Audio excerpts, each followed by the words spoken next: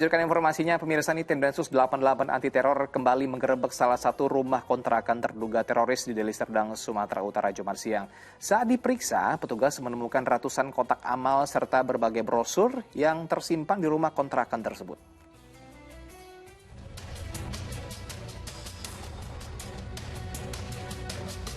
Tim Densus 88 anti teror Mabes Polri menggerebek salah satu rumah kontrakan yang dihuni terduga teroris berinisial A di Jalan Persatuan, Labuan Deli, Deli Serdang, Sumatera Utara, Jumat sore. Saat diperiksa, petugas menemukan sedikitnya 500 kotak amal serta berbagai brosur yang disimpan di dalam rumah. Sementara terduga teroris berinisial A telah terlebih dahulu kabur. Penggerebekan dilakukan tim Densus 88 membuat warga sekitar lokasi terkejut. Pasalnya selama ini A dikenal hanya bekerja untuk mengedarkan kotak amal ke sejumlah tempat di Medan. Kurang lebih 1 bulan yang lalu lah, belum 2. Mereka tinggal di rumah ini juga atau enggak? Ini kan ada berapa pintu ya? 2 pintu ya, Bang? Kalau Pak Ismail enggak, kalau Bang Habib. Bang Habib itu hubungannya apa dengan Pak Ismail? Ipar lah. Ipar ya. Berarti yang kedua ini menghilang. Ya. Mereka tinggal di sini. Guna keperluan penyelidikan, 500 kotak amal dan ribuan brosur diamankan petugas. Hingga saat ini, tim Densus 88 anti teror telah mengamankan 18 terduga teroris di sejumlah wilayah di Sumatera Utara. Di antaranya di Binjai, Deli Serdang, serta Padang Sidempuan. Jo Arbianto melaporkan dari Deli Serdang, Sumatera Utara. Astagfirullahaladzim, ini merusak citra Islam sekali begitu, Ustaz, merusak citra umat Muslim begitu, Ustaz, karena ditemukan banyak kotak amal yang diduga ini disalurkan untuk pendanaan teroris begitu, Ustaz. Nah, Ustaz, sini ada 2 pertanyaan, Ustaz. Saya juga sering melihat ini baru kemarin kalau misalnya saya ke salah satu minimarket, di depan itu sudah ada yang minta amplop, sudah ada yang menaruh kotak amal begitu, Ustaz. Jadi saya mikir lagi nih, sejak saya baca berita-berita seperti ini, saya jadi mikir, ini beneran saya sedekah, ini untuknya benar atau justru malah dimanfaatkan untuk hal yang tidak-tidak begitu, Ustaz. Nah, Ustaz, bagaimana caranya kita berhati-hati dalam bersedekah ini, Ustaz? Iya, prinsipnya sebenarnya orang bersedekah itu harus dilandasi pada keikhlasan. Ya.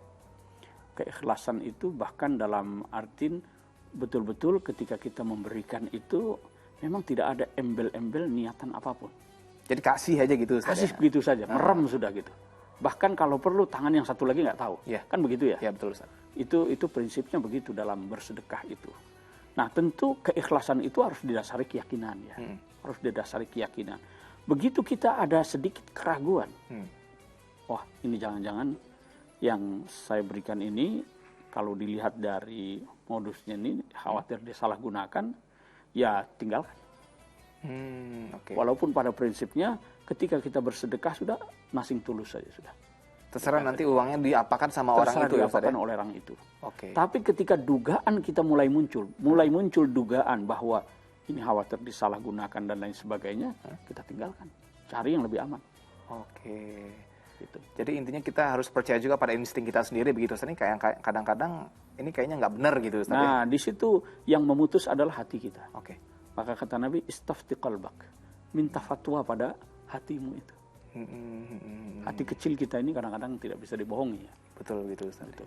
Nah, dan kalau misalnya untuk pemirsa juga ini bisa jadikan landasan bahwa sekarang itu tempat bersedekah juga banyak begitu, Ustaz ya. Ada rekening-rekening ataupun institusi-institusi yang sudah independen yang bagus dalam penyaluran sedekah begitu, Ustaz ya. Cari yang kredibel. Betul. Ya, sekarang ini kan lembaga-lembaga zakat yang kredibel seperti Baznas ya, yang diaudit dan lain sebagainya itu bisa kita salurkan ke lembaga-lembaga yang kredibel ya. Betul. Nah, Ustadz, ada satu pertanyaan yang bikin saya penasaran nih, Ustadz. Jadi, setiap saya pergi ke kantor nih, Ustadz, ada di beberapa jalan, saya nggak akan sebut tempatnya. Intinya di jalan tersebut banyak orang-orang, kita umat muslim, itu minta uang pakai menggunakan apa gitu, Ustadz, kayak semacam kantong-kantong gitu, Ustadz. Bilangnya untuk membangun masjid segala macam. Mereka tuh seharian di sana dari pagi sampai sore, Ustadz, minta uang seperti itu.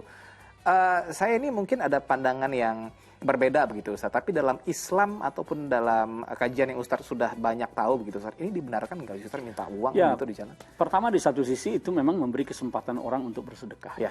Karena kadang-kadang kita kalau tidak diingatkan begitu kita lalai juga, Betul jadi sekali, tidak bersudah. Jadi di satu sisi memang itu ada positifnya ya. Jadi menggugah orang untuk atau membuka jalan bagi orang untuk bersedekah. Itu di satu sisi. Kemudian di sisi lain itu bisa dibilang merusak citra Islam. Nah, Merusak citra Islam karena itu menghadirkan satu pemandangan yang tidak sedap ya. betul. Jadi mengesankan bahwa bagaimanapun juga kita ini adalah agama yang mengajarkan untuk membangun peradaban ya. Peradaban yang tentu saja masjid itu adalah salah satu simbol yang harus kita peroleh dengan cara-cara yang terhormat, cara-cara yang berkeadaban ya. Karena bagaimanapun juga itu pemandangan yang tidak sedap dilihat mata dan mengesankan bahwa ya citra seperti meminta-minta begitu betul, ya. Ustaz, benar. Walaupun itu untuk tujuan yang sangat mulia ya. Tentu kita bisa menggunakan cara-cara lain yang lebih elegan ya, yang lebih terhormat untuk sebuah bangunan yang terhormat, masjid itu. Betul sekali. Jadi kita ingin membangun sesuatu yang terhormat, gunakanlah dengan cara-cara yang terhormat. Luar biasa. Itu yang benar saya tunggu-tunggu dari tadi, Ustaz. Jadi memang buat pemirsa di rumah juga kita harus tahu bahwa Islam itu adalah agama yang terhormat. Jika kita ingin membangun rumah ibadah yang terhormat dan mulia juga, jalannya juga harus yang terhormat begitu, Ustaz. Ya, kita harus menjaga harkat martabat Islam gitu, Ustaz. Ukuran terhormat atau tidak itu adalah menurut pandangan umum masyarakat di situ. Betul, Ustaz. Kan begitu. Secara umum kita bisa menilai rasanya kok tidak elok ya. Ya betul, Ustaz. Kadang-kadang saya lihat, aduh ini kok begini ya. Kayak ngelihatnya tuh kadang-kadang bajunya udah kotor karena kena debu jalanan begitu, Ustaz. Tapi tetap dilakuin setiap hari gitu, Ustaz. Tapi intinya kita sudah dapat tadi tausiahnya. Intinya seperti tadi, Ustaz ya. Islam itu adalah agama yang terhormat. Carilah sesuatu untuk membangun tempat yang mulia dengan cara yang terhormat. Gitu, Ustaz ya.